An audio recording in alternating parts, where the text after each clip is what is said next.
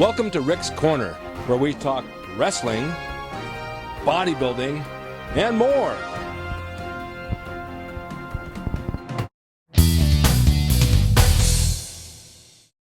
Okay, welcome to Rick's Corner, and today I have a very old friend, another wrestler that I've known for over 30 years, and he comes from New York originally, and he trains down at Gold's Gym in Venice Beach right now. His name is Wildman Jack Armstrong. So all of you people, welcome Jack to Rick's Corner. Jack, it's really great to have you. It's great to be here, Rick. It's great to be here with you. It's been a lot of years, and it's been actually more than 30, because I just figured it out in my mathematical mind that actually I met you in 1970. And he does have a mathematical mind because he knows every date and place and time, don't you? Yes, I remember almost everything. In fact, I remember our first matches were in 1970. So you were a young kid.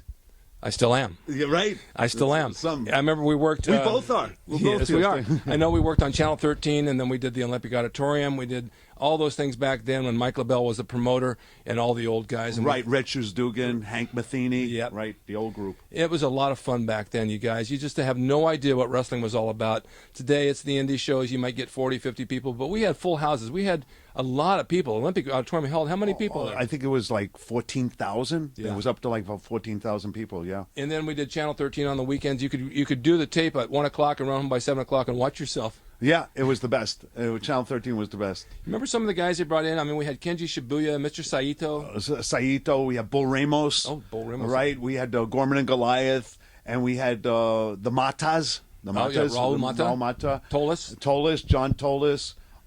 We had Victor Rivera. Rick Rivera, Rocky Johnson, which is the Rock's father. Rock's dad, that's right. Yeah. And we had Peter Maivia was even in there a couple of times. Right. Peter Maivia came in, and Andre the Giant, John Studd, Chief J came out here. Bruno Sammartino was out here for a battle royal. That's he came out here one time, and I think everybody came to California. Vern Gagne came here. Right. Everybody came through California at one time. I say between the 70s and all the way up to maybe 1985, everybody came through. Yeah, this was the major place for wrestling. It was the NWA, which was the biggest league in wrestling at the time. We had NWA on the West Coast. Right. And then we had NWA on the East Coast. Right. Which was Vince McMahon Sr. Right. Which a lot of people don't know today. Right, and converted to WWWF. That's right. Which then they cut a W off and it became WWF, and now it's WWE. It went through a whole transition. There's a lot of W's there. I'm not quite sure where they're going with that thing. But for you that don't know that, and you younger kids who just know WWE, it was originally NWA, and that's where we were, and that's where all the old timers were. That was the original thing. And there was at one time there was one champion for the NWA. That's right. One champion, which would have been probably back Dory Funk Sr. It was Dory Funk back in those days, that's right? Yeah. I actually wrestled Dory Funk Sr. on channel, I think it was channel 34. And then we did a TV match, and I think Channel 5, if I remember right. I know I did Channel 5. Were you there when you did Channel 5 with Dick Lane? I was Channel 13. Okay, Channel 13. Channel 5 was just before it, I think. That's right. Then they switched. So I got in on Channel 5, but that's when they had Buddy Killer Austin and Rocky Montero. Rocky Montero, yeah. And some of those guys. We had a good time back then. Now, today's wrestling, and I feel really bad for a lot of the indie wrestlers today because you got to pick and choose places where you're going to wrestle. It may be on a Friday somewhere. You might not do it again for 6 months. You might not do it again for 2 months. It's hit and miss. There's so many wrestlers and not enough shows. And it's really sad because when we were working back then, we'd call the office on Monday morning, and they'd say, okay, you're booked 3 nights, 5 nights, or 6 nights this week, right? Absolutely. And sometimes you could do double duty in one day. You could do a TV show and then do a house show at night. That's right. So you could actually work twice. Sometimes you could work 3 times. If you're in a tag match, you may do a single warm-up on the same day, plus a TV show, plus the tag match. So you could do 3 matches in one day sometimes. And also get paid for every one of them. Yeah. Every week you got your check from the office. And a lot of the guys today on indie shows, some of them don't get paid at all, and some have to pay in order to wrestle, just like rock bands have to pay to play. That's right. But we actually made a living. We both lived down at the beach. He moved down to Santa Monica. Yeah. I think you came to my first wedding. Yes, I did. Yeah, well, absolutely. I've had a second one since. Yeah. And this one lasted longer. That's great. But we lived on the beach, and our lifestyle is such as that we train at the gym at Gold's. Right, Gold's Gym. And then we go down to the beach and lay in the sun. He's always tan, as you can see. And we'd wrestle at night. I mean, what more could you ask for than that? No, it was great because you had the whole day for yourself. Then you went to wrestle, and you knew that even if it was a 2-hour trip, you left at 5, 6 o'clock. Yeah. And you got there on time. And you're home by midnight. Right, because most of the shows started at 8 o'clock. 8, 9 o'clock at night, like that. Yeah. Today's show started a little earlier, but I mean, it was a 2-hour show. Yeah. 8 o'clock was the call time. It usually started right on time. Right on time. And we got there an hour early. You know, some of you guys get there like 5 hours early. I don't know why. There's nothing to do in the dressing room except sit there and be depressed. Yeah. But we'd be there for maybe an hour early, and by the time we were done, we were done. Yeah. And the Battle Royal, I know that one of the things that we do, I was always like to be the first one out of the ring to get the hot water from the shower. Right. Yeah, because it could fade away by the time you get to the 10th guy. There's no more hot water. It's ice. It's called an ice shower. But the thing with wrestling every night, the money that we got paid, it wasn't huge by today's standards, but if you made $35 a match, right, or if you made $75 on a Friday night, or $150 for that week, this is now the late 60s, early 70s. That was a lot of money. Right, you actually paid your rent with one night. Well, yeah, you could, and buy food. I mean, you could live pretty well. Yeah. So we were wrestling at night and making a few $100s a week, which was a lot of money. Yeah. And then during the day, we'd go on auditions for commercials and movies. Right, and also lay out and go to the gym. What a lifestyle. It was a rough life. It really hasn't changed. No. I still go to the gym. I still sit in the sun, and I just don't wrestle at night anymore. That's it. Thank God we don't.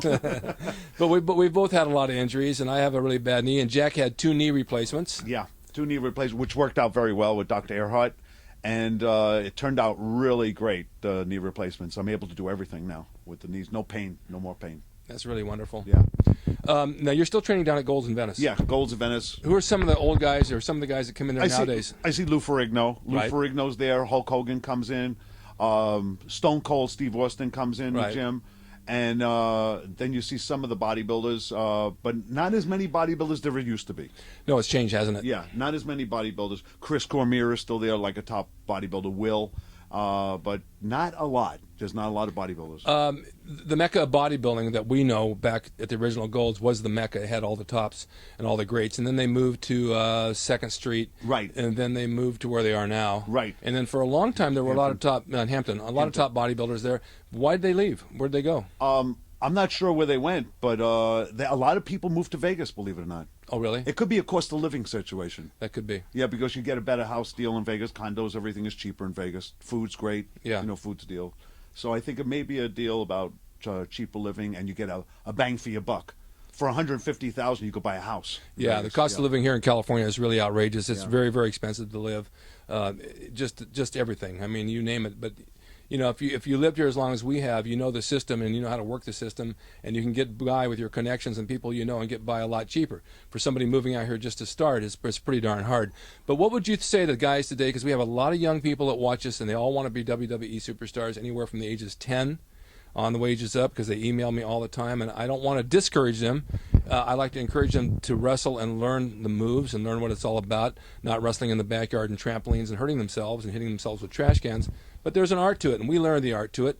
But today, if when they ask me about becoming a superstar, what advice would you give people like that? I think the best advice, which I got when I first started, that was back in 1965 from the old timers, which they had 20 years in the business. They told me, Kenny Ackles and Bruno Sammartino and all these guys, they said the best thing you could possibly do, when you get your match, get the most time out there. It doesn't matter whether you win, lose, or draw. Get the most time out there to practice your moves, to practice the audience. Get the most time in the ring. If you have a 20-minute time limit, go for the 20 minutes. Go for 19 minutes. Get the most time out there. Don't go for 3 minutes and say, I'm getting out of here, because you won't know nothing. You'll actually absolutely know nothing. So you actually have to put the time in. You have to take the bumps. You have to put the time in the holds, practicing, doing all your stuff, and then it's all going to come to you one night. It's just like a bell goes off in your head and you said, I got these people now.